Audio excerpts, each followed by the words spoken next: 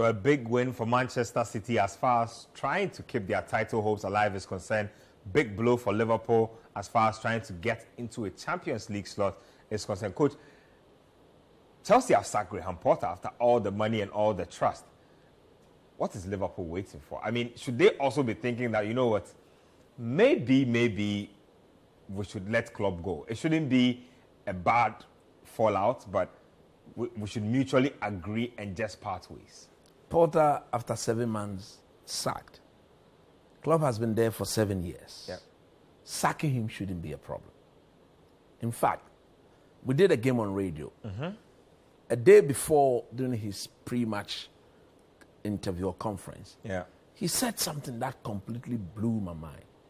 As a manager, he said he wasn't sure of the type of Liverpool that would show up. Yep. And I was like, wow. If you're unsure of your team, you have no business being there. Means you've lost touch with the team now. Completely. You have no business being there as a coach. If I'm the owner, I sack him after that statement, quick, without any delay. Now the team comes up against Man City. Yep. And we spoke about the lack of cohesion or the lack of coordination in whatever they've done throughout the season.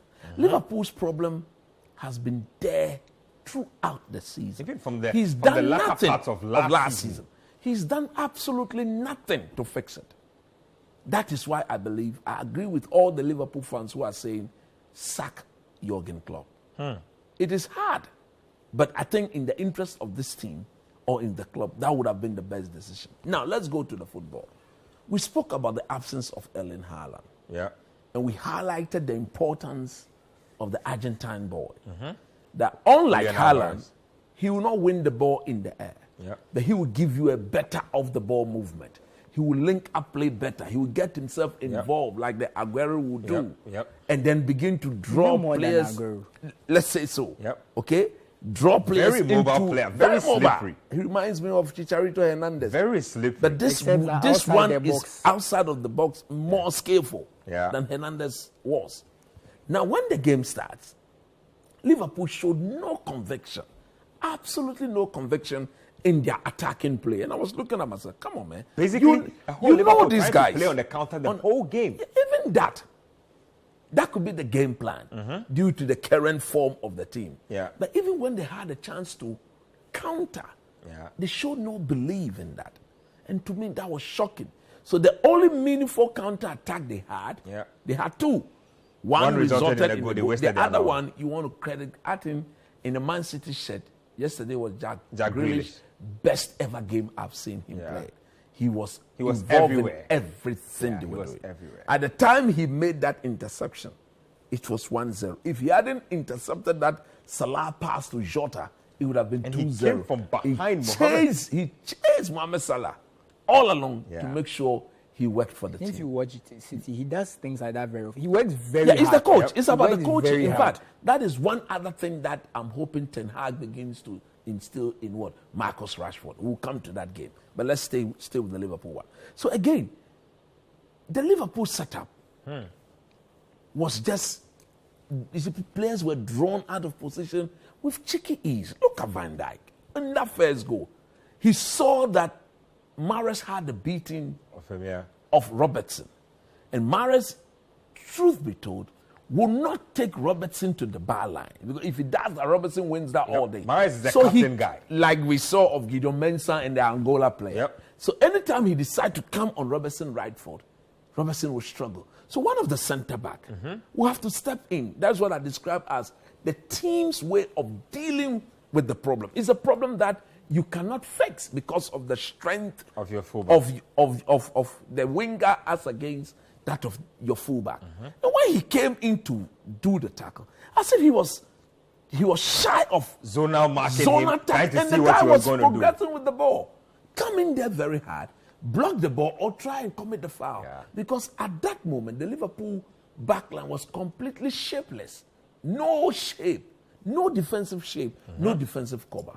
And look at how on earth was Jack Grealish left all alone in the box for him to just roll the pass back to Alvarez. Alvarez to slot in. And then look, the icing on the cake, the one that actually pierced me as a head coach, was the second goal they conceded. Yeah.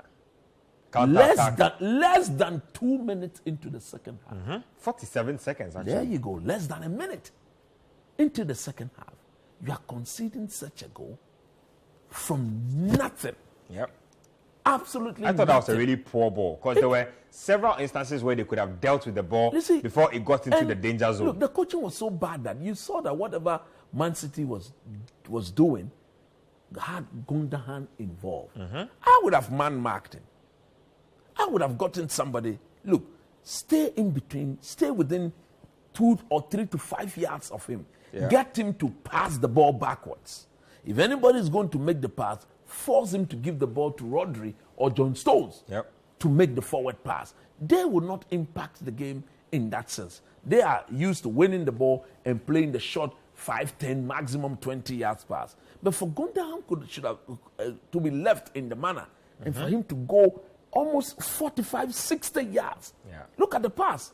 Straight to Mahrez. And once the Liverpool had gone for a high line, Jurgen Klopp should be fired. Look, the Liverpool we all got used to in 6.5 years was the team, one, that played a high line because they had forward guys who will not even trigger the press, but the rest will anticipate better and block the channels of the open. And therefore, anytime they press the ball high up the pitch, Sadio Mane, Bobby Firmino, Mohamed Salah, Fabinho, Henderson, look, you could see the coordination, the anticipation. They were all on the same page like that. So they could deal with it. But this time around, your players up front there are not pressing. But you have all your defenders on the center line. Doing what there? It's suicidal. And as a coach, clearly, and when Liverpool considered the second goal, when the camera was put on him, as if he didn't know, come on, this has been systemic throughout the season. It's been occurring week after week, week after week. You've done nothing to do. It's good. If the players are not capable of playing the high pressing game, sit deep and use the counter-attacking of Mohamed Salah and then the Jota and those people. But look, I don't think they'll make Champions League. If you look at the results of United today, if Liverpool had won, then they would have given themselves enough chance to get into that Champions League store. They are playing Chelsea on Tuesday. They have Arsenal. It's at the bridge, Yes. There's a Chelsea game and then there's an Arsenal game as well. So they have back-to-back big games to come. And at the end of the day, you need to go in these games with the right mentality. Maybe the Arsenal game is at Anfield. We know what they are or what they tend to look like, what they usually show up in big games at Anfield. So that game, Arsenal will have to be very careful about because I will not be surprised if Liverpool shows up and beat Arsenal at Anfield. But they've only lost one league game at Anfield this season, but I think they've only won 3 games away. That's away form has been precious. Very wretched. I mean, just quick thoughts on that. 4-1. Look, coach has really said it all, that the structure of the team was poor. Very bad. And for me, the first goal highlighted it completely. And the reason I say this is, if you're a smart team, you have one goal up. You see 2 centre-backs there. Let one attacker just, kind of deal with the 2 centre-backs. Salah asked Fabinho to push up onto Rodri, rather than him or Gakpo going down onto Rodri. Yes. The moment that happens, the ball moves, and then the ball gets to Mahrez. And by the time the ball gets to Mahrez, what has happened? They've played through your press, and now it's 4-on-3. And the moment it was 4-on-3, you will favor City to score.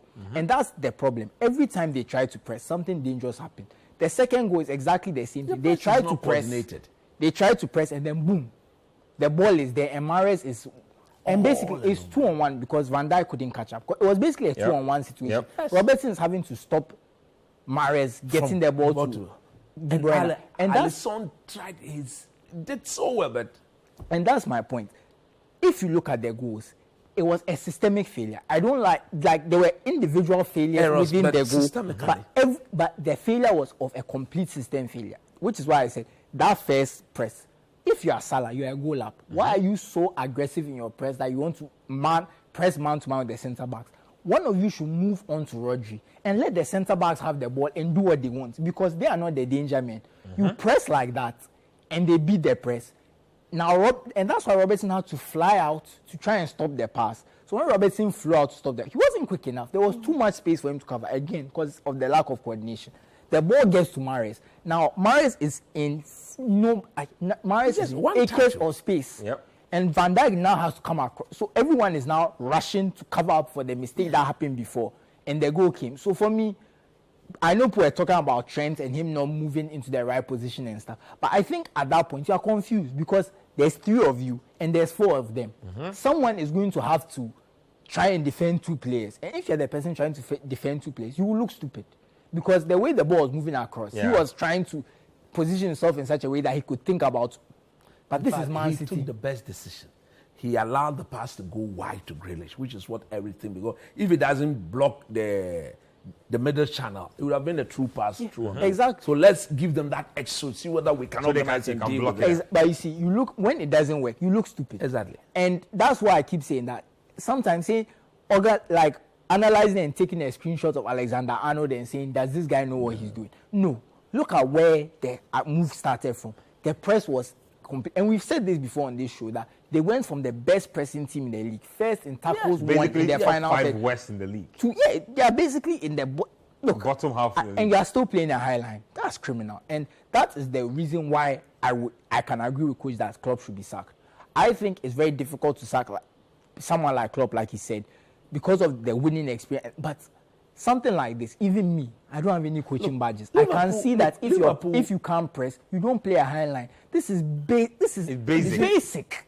I happen to debate somebody who said Liverpool and the club has been dominant. They've not been dominant. No, how many league titles have they? They have not. They've won 1 league title title look at in 7 years. Finishing with 90+ points and They've finishing dominant. 1 point under City and saying that's not dominant. That is not dominant. Honestly. I would say that they've played some of the best football we've seen. Yes, but you that's see, not dominant. unfortunately for them, there's been one team that's been playing even better. Yep. It's one of those things that if you look at their results, great, but your greatness has not been good enough. Over that period, it's been that's probably one of the best spells of any Premier League team in history, if we are being honest.